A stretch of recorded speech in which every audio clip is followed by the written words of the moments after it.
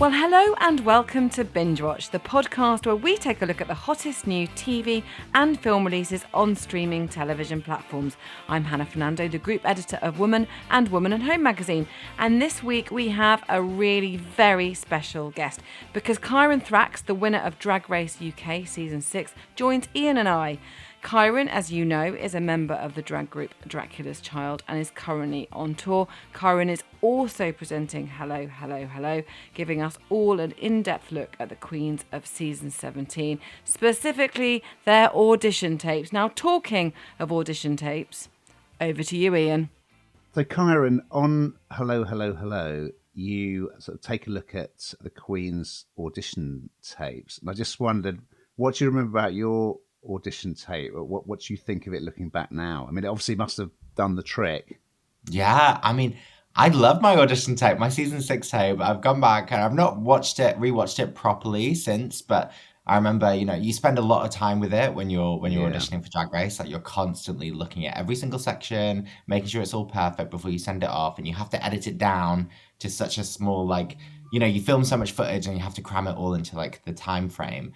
I feel like I know it inside and out. And I remember just feeling so proud of my season 6 tape. I applied for season 4, 5, and 6, but 6 was the one where before I even filmed anything for it, I named the project on the editing software. I named the project The One That Gets Me On. I just knew it. I felt it in my bones, and I just had so much fun with it. And I just saw it as kind of like a little film that I was making, Yeah. I got to be the director and create anything I wanted to create and just showcase what I do and who I am. But looking back on it, obviously, it feels like a slightly baby version of Kyran because, you go through Drag Race and you come out the other end and you feel like you've grown to be 10 times 10 times more than you were. So yeah, it's nice to look back at it and think, of all the things she had to come. Yeah. And how has winning changed your life? I mean, clearly quite a lot. Oh my gosh, it's been bananas. It's been absolutely bananas.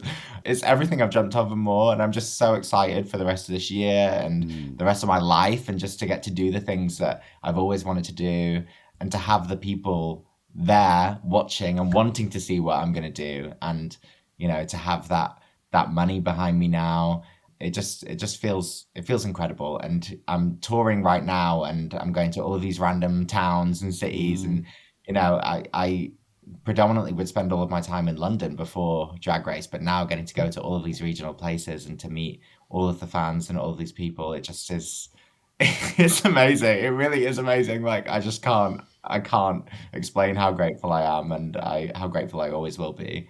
You've got a huge fan base, haven't you? Do they follow you? Do they follow you everywhere? There is a group of people. There's a very dedicated fan base that will come to everything that I'm doing, which is just absolutely amazing. And then, there's the fans that I get to meet in all of the other places. I just went to Europe with Alyssa on tour, which was so incredible to go meet fans in Amsterdam and Berlin. And I'm just so excited to do more of that stuff, and just to, go give myself and my art to fans in places that would never have got it before. Do you know what I mean? And now I get to go and do that. And how did you find sort of the transition from performer to presenter? I was in for Hello, Hello, Hello. Yeah. It was, well, it was all very fast paced because, I'd literally only just won. It was my first drag con. Everything was just going a million miles a second. So put that show together was, we all came together, put our heads together and was like, let's do this. It sounds like really fun. And, I've done a lot of that kind of hosty stuff over my career anyway, but it kind of just felt a little relaxed to me. Do you know what I mean? I kind of saw it selfishly as an opportunity for me to get to know all of my new sisters that were coming into the franchise. Do you know what I mean? I think they were all so lovely, so charming, so talented. And I just saw it as, I'm just going to sit down and have a chinwag with these girls. It comes across as a nice, lovely, relaxed chat, it's great. Yeah, no, it really was. And that's, that's down to them as well. They are just all so lovely and so professional. And I just had a blast. I had a blast with all of them. I have so much love and respect for all of them. And, I'm glad that that's coming across. what do you remember about first seeing Drag Race on TV? Oh my gosh. So the first time I watched Drag Race, I was in college. I was 16 or 17, and I started watching season 6 of US Drag Right. Race, which is so like it's full circle because then I went on to win season 6 of UK Drag Yeah, Race. yeah. And I just remember looking at Adore Delano and thinking like, wow, like that is somebody with so much star power and just so much relatability and charisma. And I'd always get compared to. That's the reason why I started watching that season. Actually, is because people at college that were watching the show were comparing me to Adore and saying that I reminded them of her. So then I watched that and I saw it and I was like, she's just so amazing and relatable and she's having so much fun. And then it ended up being about 4 years later that I started dabbling into drag myself. Brilliant. Some of those shows, though, honestly, I mean, Ian will tell you, I'm a massive fan, and some of the arguments and some of the fights that happen on there, I always wonder, are they actually real? I mean, is what you see exactly what happens? Yes, yes, yes, yes. So Is what you it? see is what is happening. There is a room. It is a room with a lot of personalities, a lot of drag queens, and we are all in a very small bubble that's a very high pressure environment where we all want to do incredibly well. So yeah, when you mix that with a singular cocktail and Untucked, anything can happen. Did they have to cut much? Not really, not really. We gave them it all, and it is, it's one of those things like you never really know until you get there, but it is, it's real.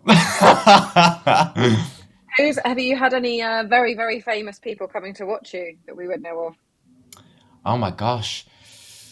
Oh, God. Yeah, I mean, it definitely have been. Oh, yeah, one of my like the wildest things was Tracy Beaker, Danny Harmer reaching out to me. I just Ah, look at my phone, Amazing. voice notes from Danny Harmer, and I'm like, this person is my childhood. It's just, yeah. I mean, I'm sure there's a million others as well, but it's one of the most surreal things in the world. Just having people that you've looked up to and other queens as well that you've looked up to since way before I'd even started doing drag.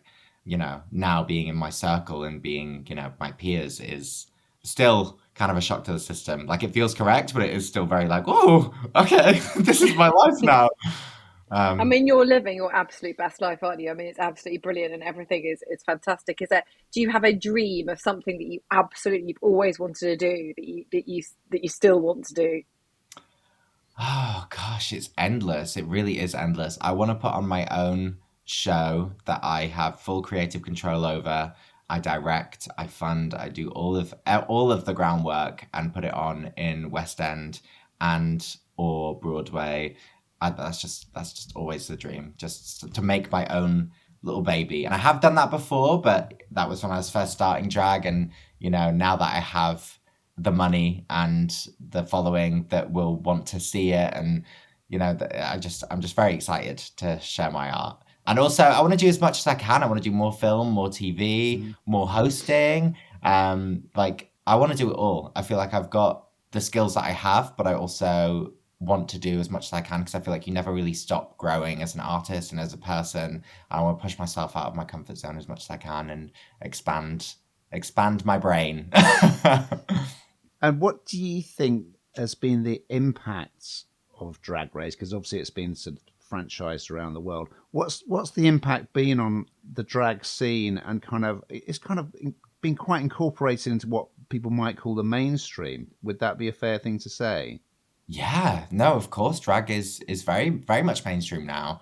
We're on primetime television, and it's amazing. It is amazing. Like my life has completely changed. Like, and I can only speak from my perspective, but Mm. I came from nothing. I spoke about it on the show. I came from very little. I came from a lot of hardship, and I never really. It was very easy for me to not see a way out of that. Mm. And a show like RuPaul's Drag Race has given me the platform to show what I can do, to show who I am, and has completely changed my life. And it has for countless other people, and countless other young people sitting at home will watch that and have the same feeling. I think Drag Race has changed so much for the queer community as a whole. And I'm so grateful. I'm just still so giddy that I got to even be a part of it. Do you know what I mean? Yeah. But you know what? That's so lovely, because we interview lots of people where it's just a thing for them. And I wonder, do you think it will ever just become the fibre of your being, that you are just, you've, like you say, you're so grateful at the moment and you're so excited and giddy, which is just so lovely. Do you think that'll ever become normal?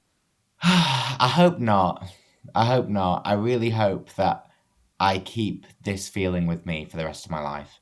And I've always been a big believer in that. Even when I was, back at drama school, people would say to me, like my directors and stuff would always be like, "You have so much energy and so much love and so much passion and so much adrenaline for everything that you do. Never ever lose that." And I've always had that in the back of my mind, just to constantly pinch myself and go, "You are living your dream," like at every stage, and just to never take that for granted. Um, why am I getting emotional? What's going on? No, like it is, I hope I have that feeling forever, and I hope it never feels super normalized to me.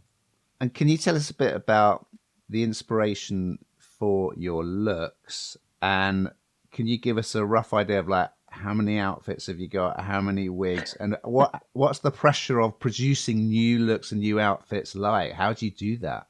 Oh God, yeah. I mean, I literally could not physically tell you how many looks, how many wigs, and how many outfits I have. I have my like drag race room back at home where all of my stuff from the show is stored, and that takes up a lot of space by itself, let alone all of the stuff that I have outside of the show.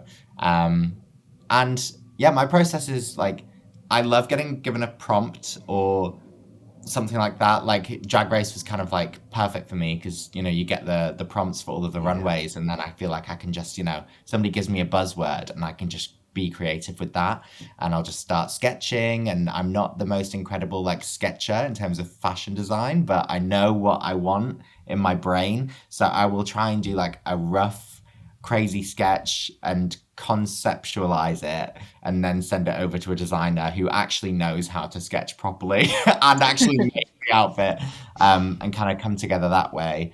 But I love it. Yeah, it just comes from I can take inspiration from anything really, but I always want to do something that's true to me, that's authentic to me, and that comes from somewhere deep within my brain. I never want to do like, "Oh, let's do this pretty gown," which some people do, and that's their dragon. It's absolutely gorgeous. It's absolutely gorgeous. But I always want to do something that makes like at least a small percentage of people go, "Ugh, what's that?" Yeah. I love that. And what was it like working with Rue and the various judges? What was that? It must have been a fun experience. Yeah, oh my God, it was incredible. Like every guest judge was absolutely amazing. Rue, Michelle, Alan, Graham, like they just make you feel like you're at home, and they are just very caring, and they want what's best for you and for your art. And I really got that feeling. I can speak from my experience, and I think that they're just incredible, incredible people, and they're incredible at what they do. And it just feels like home to me. Like whenever I was with them, whenever I was on that stage, it felt like I was at home. Yeah, and so I'm very grateful that I got to feel that way. You know what I mean? And they were a huge part of that.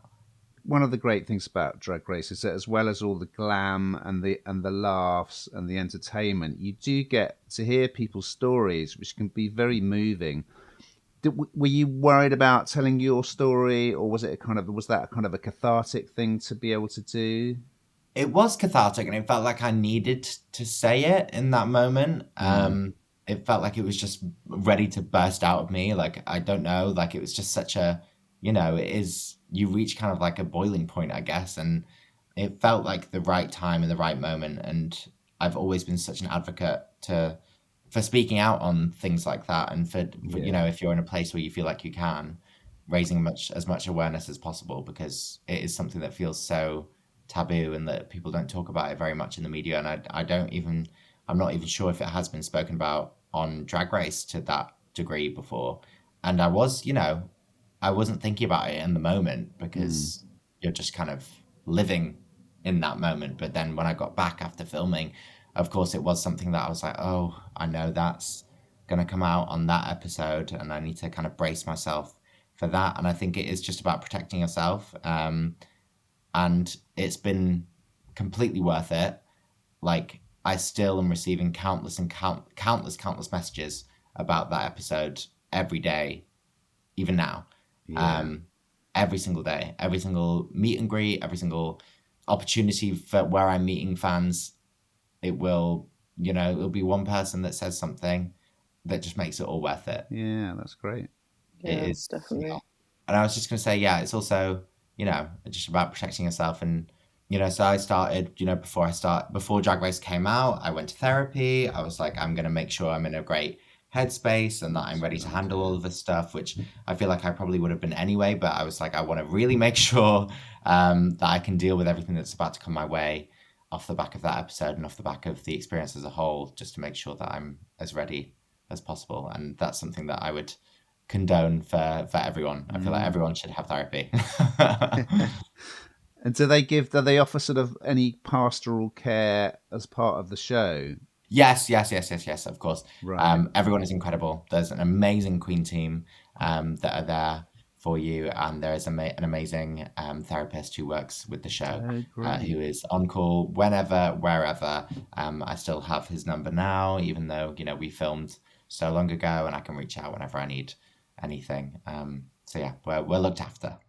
I was going to say, you get a bit more of that with a hello, hello, hello, don't you? With a more of the deep dive into kind of the Queen's journey. And I suppose you come away from that feeling like you know so much more. It's an extension, if you like, of everything, which I think satisfies people like me who need more in their life.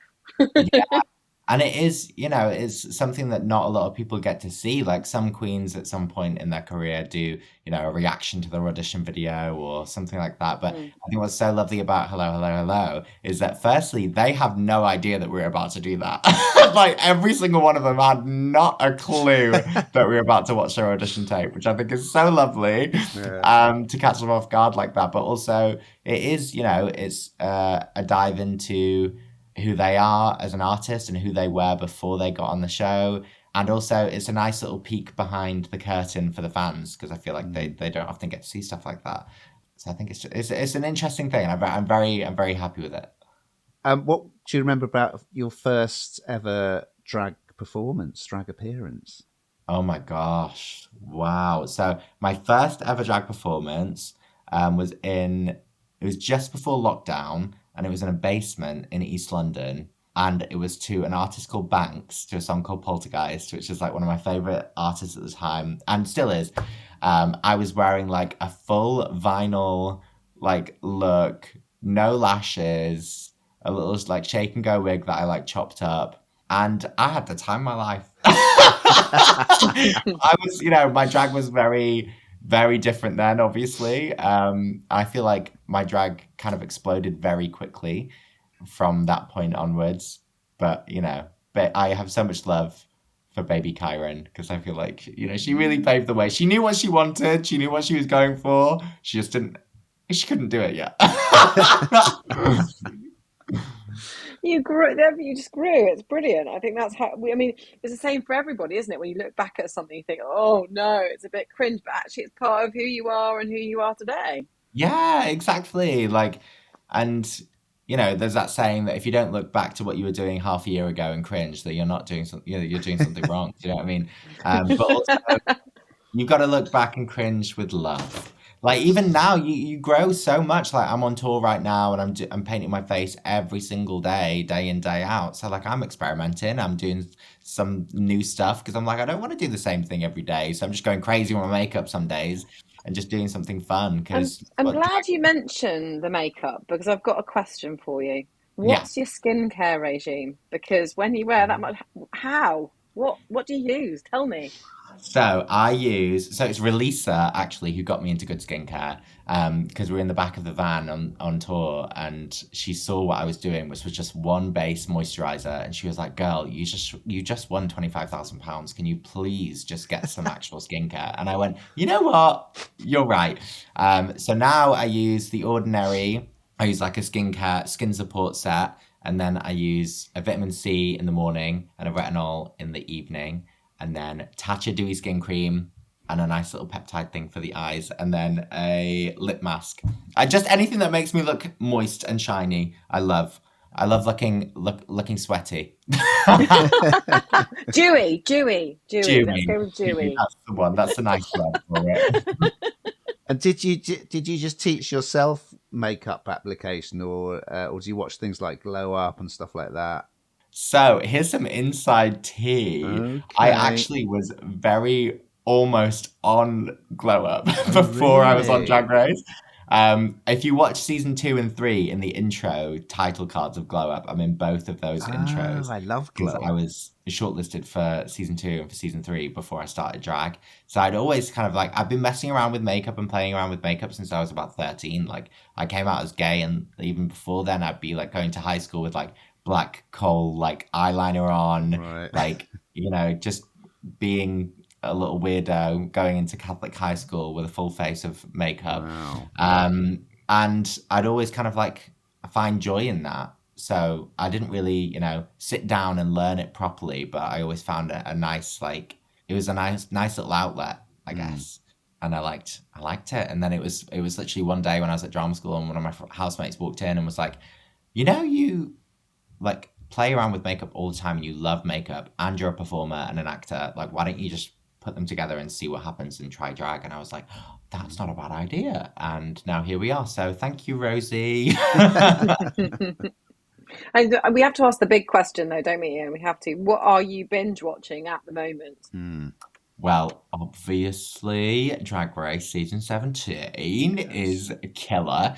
But I just finished binge watching a show called Cassandra on Netflix, which was absolutely amazing. It's a German show, I believe, about like an AI computer lady who's like in control of this like house, and this new family move into it. It was so good. Oh my God, it was so good. It's just 6 episodes. I just finished it literally this morning. It's amazing. It's amazing. I recommend. Brilliant. And who were your sort of TV heroes, or the shows that you couldn't miss when you were growing up? Oh, wow. Well, I'm gay, so I loved Hannah Montana. And also, when I was like really young, I used to love Goosebumps. I was obsessed with Goosebumps. I remember I was like so obsessed to the point where it used to air at like 6 p.m. or something after school. And then they stopped airing it at 6 p.m. And I looked through the like TV guide, and I saw that they were airing it at like 2 a.m. So I'd literally set an alarm in the middle of the night and wake my mum up. We'd go down and watch Goosebumps on a school night at 2 a.m. And I'd literally be falling asleep watching it. And my mum would be like, "Okay, we need to go to bed." And I'm like, no, I'm watching Goosebumps.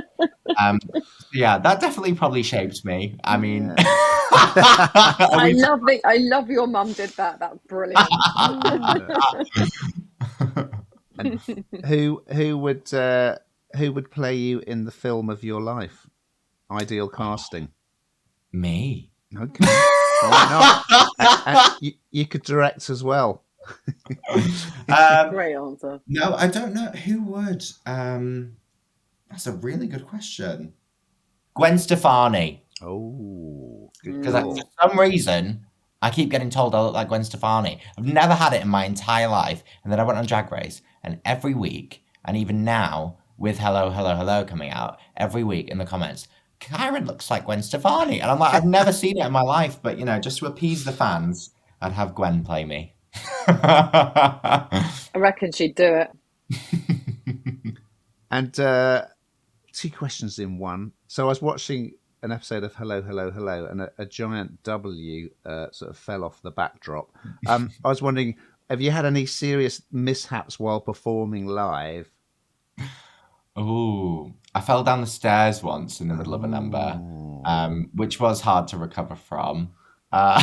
And on tour, actually, yesterday, my headset, my microphone broke. So they had to like come throw me a handheld microphone. But there's a bit in the show where I'm kind of like lifted up by my arms into the air, and I'm still like doing this, like singing the song. So I had to, obviously, usually I just have the headset, but I had to bring this arm in to carry on singing it. So the dancer was like trying to hold me up like this, and it was like a very uncomfortable, compromising position. But we made it work. We made it Good work. stuff. And also, I love when things go wrong. I love when things go wrong. It's the biggest gift to a performer when something goes wrong and you handle it. The audience loves it. It's so lovely. It's so endearing. I love it. I'd have a show of just mistakes if I could.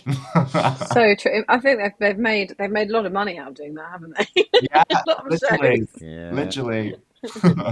And are you on stage tonight? No, so today's a day off. So yeah, we usually have about 8 or 9 shows and then a day off and then another 8 or 9.